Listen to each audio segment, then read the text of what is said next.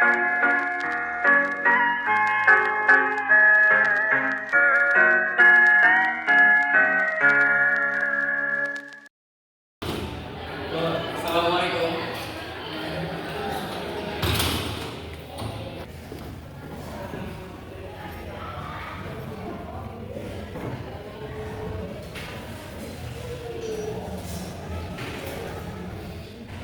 Oke, sebelum pelajaran dimulai, kita absensi dulu ya hadirnya.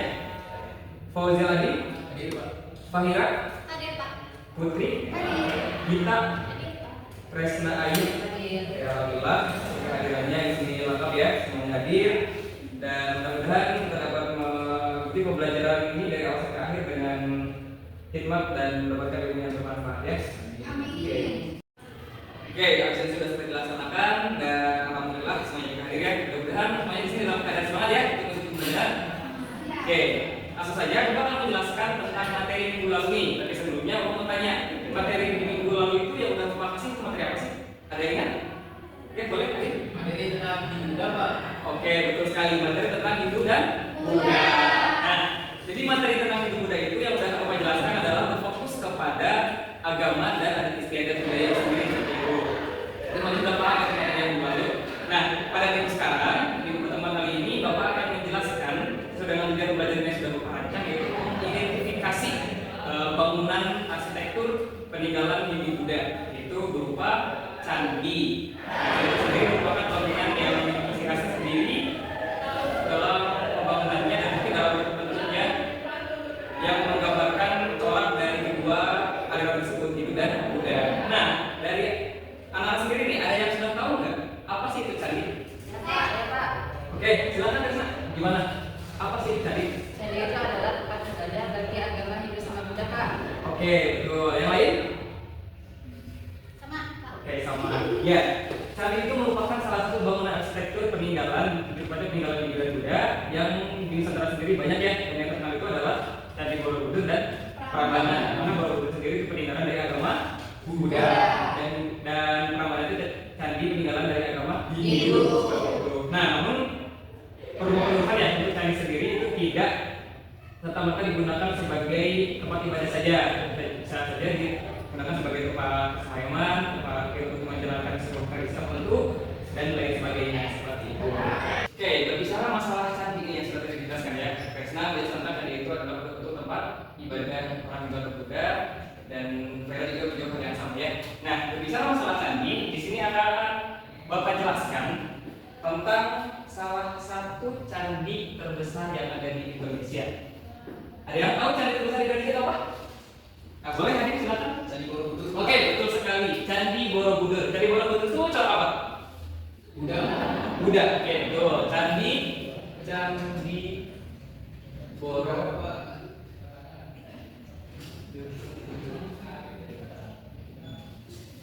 Oke, kita cari. Nah, kita lihat Candi Borobudur yang dari atas ya. Oke, ini saja.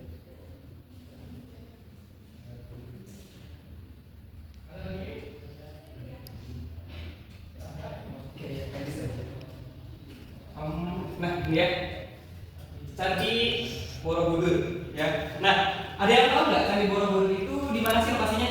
Di Jogja. Oke. Mungkin sejak SMP kalian udah mengenal itu di Jogja ya. Nah, yang sebetulnya Candi Borobudur itu sendiri itu terletak di Magelang, bukan di Magelang. Nah, ini bentuknya ya. Candi Borobudur ini merupakan candi terbesar yang ada di dunia, yang ada di Indonesia juga utamanya, dan sempat masuk ke dalam 5 keajaiban dunia. Namun hanya saja predikat itu dibatalkan karena berbagai hal yang kemudian menjadikan candi ini tidak lagi sebagai warisan keajaiban dunia seperti itu. Nah, Candi Borobudur sendiri betul dari kata Adi merupakan sebuah candi yang bercorak Buddha, di mana candi ini merupakan salah satu candi yang ditutup pada abad ke-8 dan sampai ke-9 pada dinasti Sailendra ya, Sailendra, dan memiliki bentuk persegi atau bentuk mandala yang berarti yang melambangkan alam semesta seperti itu. Nah, candi ini sendiri betul sebagai tempat peribadatan, hanya saja Candi Borobudur ini bukan hanya sebagai tempat peribadatan saja, tapi sebagai tempat persemayaman bagi para petinggi atau para pembesar-pembesar kerajaan dinasti Sengkara pada saat itu, seperti itu. Oke, jadi seperti itu ya tentang candi Buddha terbesar, yaitu Candi Borobudur. Ya, kemudian kita akan membahas tentang candi yang kedua nih, ini contoh candi bercorak Hindu. Coba ada yang menyebutkan candi bercorak Hindu? Oke, silakan kita. Candi Prambanan. Betul sekali, Candi Prambanan ya. Candi Prambanan itu terletak di mana? Kita. Ya, betul sekali. Candi Prambanan adalah candi yang terletak di wilayah Jawa Tengah, tepatnya di Yogyakarta ya. Nah, Candi Prambanan sendiri merupakan salah satu candi terbesar bercorak Hindu yang ada di Nusantara. Nah, ini nih. Oke, itu yang ini saja. Nah, bisa dilihat ya, ini adalah bentuk Candi Prambanan. Dari segi bentuknya saja sudah memperlihatkan perbedaan ya, antara candi yang bercorak Buddha dan Hindu tadi posisi bentuknya.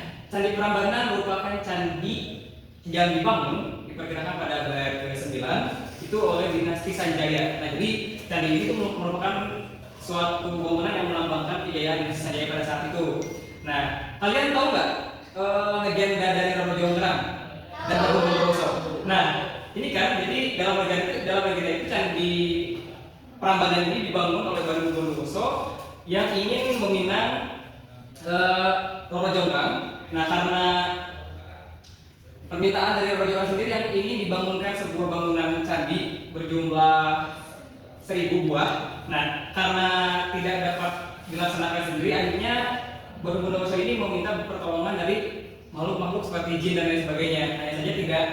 Hanya saja tidak kesampaian, hanya tidak bisa dilaksanakan karena dihalangi oleh Rama Jonggrang sendiri, sehingga membuat konon candi yang dibangun itu hanya 999 buah. Nah, kemudian Prabu Bondowoso ini murka dan setelah itu ia menjadikan Rama Jonggrang sebagai candi yang ke-1000 seperti itu. Nah, di dalam sejarahnya menurut para peneliti itu candi Prambanan dibangun pada abad ke-9 pada dinasti Sanjaya, digunakan sebagai sebagai tempat ibadatan atau sebagai tempat sembahyang bagi para petinggi dinasti pada saat itu.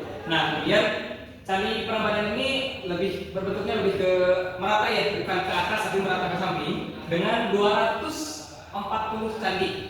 Dengan 240 candi yang dimana ada 3 candi utama yang paling besar itu melambangkan 3 dewa utama Hindu, yaitu Dewa Siwa, Dewa Wisnu dan Dewa Brahma. Betul seperti itu. Nah, candi ini sekarang ditetapkan tempat wisata dan sama ya seperti Candi Borobudur sudah ditetapkan oleh UNESCO sebagai situs warisan budaya dunia seperti itu.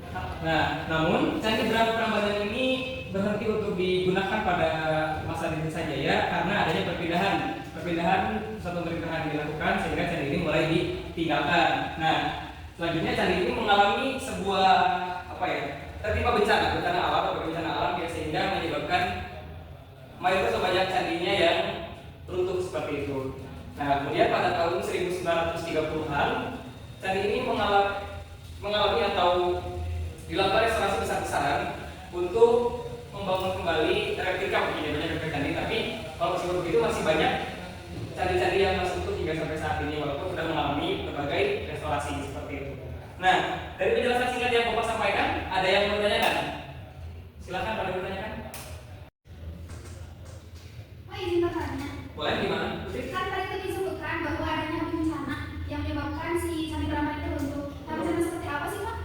Oke, nah untuk bencana yang menimpa Candi Prambanan yang menyebabkan runtuhan dari candi itu, jadi pada abad ke-16-an menurut para peneliti terjadi sebuah gempa bumi yang dahsyat yang besar yang menyebabkan sebagian besar di antara bangunan-bangunan candi tersebut runtuh. Nah, kemudian selain karena bencana gempa bumi, kan ini menggunakan batu-batu andesit ya, jadi batu-batu yang bisa dibilang kuat namun tidak terlalu kokoh, bisa dibilang seperti itu. Jadi karena kena korosi air, kena hujan seperti itu, akhirnya terkikis dan kemudian menjadi rapuh, sehingga bukan batu-batu andesit tapi batu kapur ya, karena ada batu kapur sana yang kemudian terkena air, terkena panas hujan sehingga rapuh, kemudian mengakibatkan keruntuhan candi tersebut seperti itu. Apa cukup? Oke. Buat kalian nanya gimana? Bisa mau nanya? Boleh silakan. Itu kan candinya kan pernah runtuh juga ya. Beberapa juga ada yang belum dibangun lagi gitu. Nah, itu untuk yang besar-besarnya itu apakah itu pernah direvitalisasi gitu dibetulkan atau memang yang sudah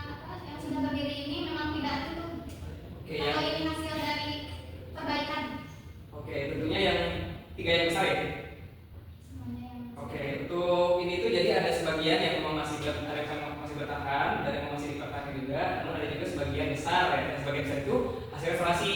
Namun meskipun restorasi bukan berarti diganti ya, hanya saja dilengkapi bagian-bagian yang kurang atau mungkin ada bagian yang rapuh itu diberikan perawatan seperti itu.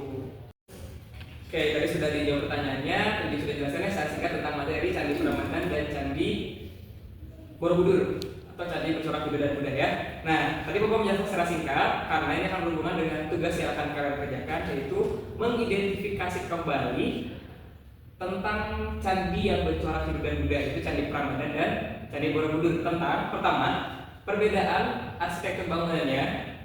Kedua, perbedaan dari fungsi ya dari candi tersebut, dan yang ketiga adalah adakah persamaan di antara kedua bangunan tersebut seperti itu ya. Nanti tugasnya ditulis tangan saja, dikerjakan dalam waktu kurang lebih 15 menit. Kalian boleh menggunakan sumber belajar dari internet, buku paket dan lain sebagainya, silakan ditugaskan dalam waktu 15 menit ya. Dimulai dari sekarang, silakan.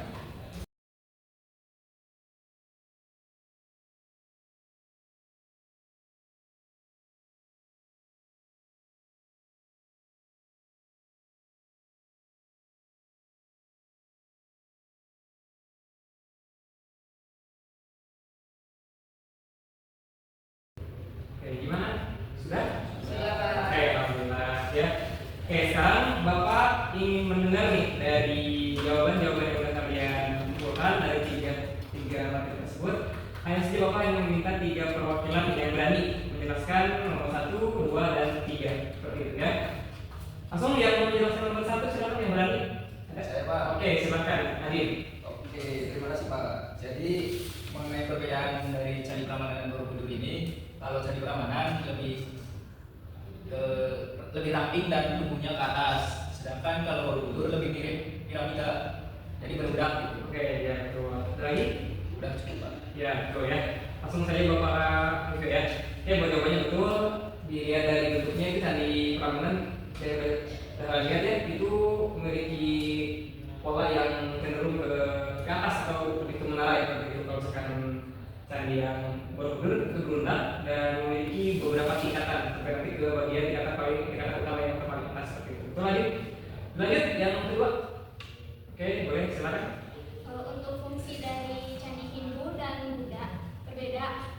Candi Hindu berfungsi sebagai tempat menyimpan abu jenazah para raja Hindu dahulu, sedangkan Candi Buddha berfungsi sebagai tempat ibadah umatnya. Oke, betul. Ya. Baik, terima kasih kita jawabannya juga sudah sama, betul. Perlu dilengkapi juga ya. Selain dari tempat ibadah, keduanya juga memiliki perbedaan di fungsi utamanya sendiri seperti itu. Kalau misalkan di Borobudur kan ke tempat peribadahan, kalau misalkan di Prambanan juga lebih ke untuk persemayaman penyimpanan dan sendiri. Tapi keduanya juga memang sama-sama yang sama, hanya saja mayoritas penggunaannya saja seperti itu. Coba dipahami tidak? Oke. Oke, untuk pertanyaan terakhir, siapa yang mau menjawab? Saya, Pak. Oke, boleh. Silakan, Desa. Jadi persamaan dari Candi Borobudur sama Prambanan itu Ya. sama-sama sebagai tempat ibadah. Terus kedua candi itu juga sama-sama memiliki relik yang menceritakan tentang suatu kisah.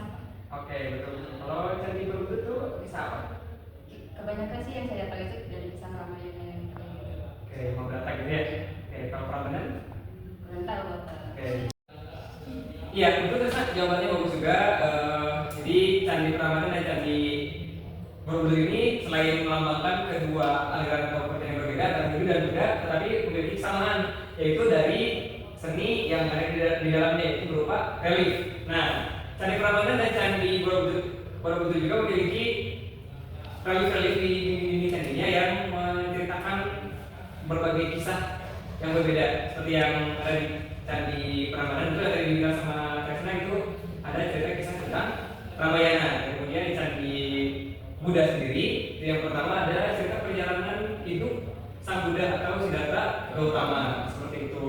Nah, berdasarkan jawaban-jawaban yang tadi sudah di Adin, Gita, dan Kresna, Bapak rasa jawabannya udah cukup menunjukkan bahwa kalian semua memiliki kapasitas atau sudah mampu memahami ya dengan mencari materi secara mandiri sesuai dengan apa yang kita kalian temukan di sumber-sumber bacaan yang sudah kalian akses seperti itu. Nah, evaluasi untuk kali ini yaitu adalah tentang pembelajaran kali ini apa yang sudah kalian dapatkan atau tahu ilmu apa yang udah kalian dapatkan pada pertemuan kali ini? Ini Pak, mengetahui perbedaan antara candi Hindu dan candi Buddha. Oke, betul. Yang lain? Sama Pak. Sama aja. Oke, saya pengen yang lain satu aja. Yang lain. Silakan yang lain. Sudah ini. Sudah Ini selesai. Pak, mengetahui ternyata di candi Prambanan sama Borobudur itu memiliki relief yang berbeda dan juga memiliki kisah yang berbeda. Oke, betul. Ya, seperti itu ya. Meskipun kedua candi ini memiliki perbedaan dari segi fungsi, dari segi arsitektur dan lain sebagainya, karena memang pada dasarnya berbeda dari dasar keyakinan yang dilambangkan pada candi tersebut. Tapi kedua candi ini memiliki satu persamaan, yaitu menjadi salah satu atau bagian dari kekayaan sejarah atau kekayaan arsitektur di Indonesia seperti itu. Itu perlu kita lestarikan semuanya. Paling tidak kita bisa memiliki pengetahuan. Kalau kita tidak bisa melestarikan secara langsung, menjaga secara langsung, kita bisa menjaga sejarahnya seperti itu sebagai insan-insan pelajar. Sama ya, kayak sama seperti apa yang disampaikan oleh Bung Karno, itu yang tentang jas merah atau jangan sekali-kali melupakan sejarah seperti itu. Nah, untuk pembelajaran kali ini cukupkan sekian. Kita akan berjumpa lagi minggu depan dengan materi yang nanti akan Bapak sampaikan itu tentang kerajaan Hindu Buddha yang ada di Nusantara atau ada di Indonesia itu. Jadi silakan di buku paketnya atau di internetnya boleh nanti dibaca-baca dulu sebelum masuk kelas. Jadi nanti ketika kita akan melaksanakan pembelajaran, kalian semua sudah setidaknya memahami secara sudah sama-sama memahami lah bayang-bayang tentang materi apa yang disampaikan oleh Bapak di buku pertemuan yang akan datang seperti itu. Oke, cukup. Sekian. Ada pertanyaan lagi? Iya. Oke, kalau tidak ada pertanyaan lagi, silakan bereskan bukunya dan pertemuan kali ini bukan sampai di sini. Terima kasih atas perhatian dan kerjasamanya. Hati-hati di jalan dan selamat sampai tujuan ya. Terima kasih. Sebelum pulang kita berdoa terlebih dahulu ya. Ya, silakan diikuti oleh KM. Baik, sebelum bubar, ada topik kita berdoa terlebih dahulu. Membaca doa menurut kepercayaan masing-masing. Saya persilakan.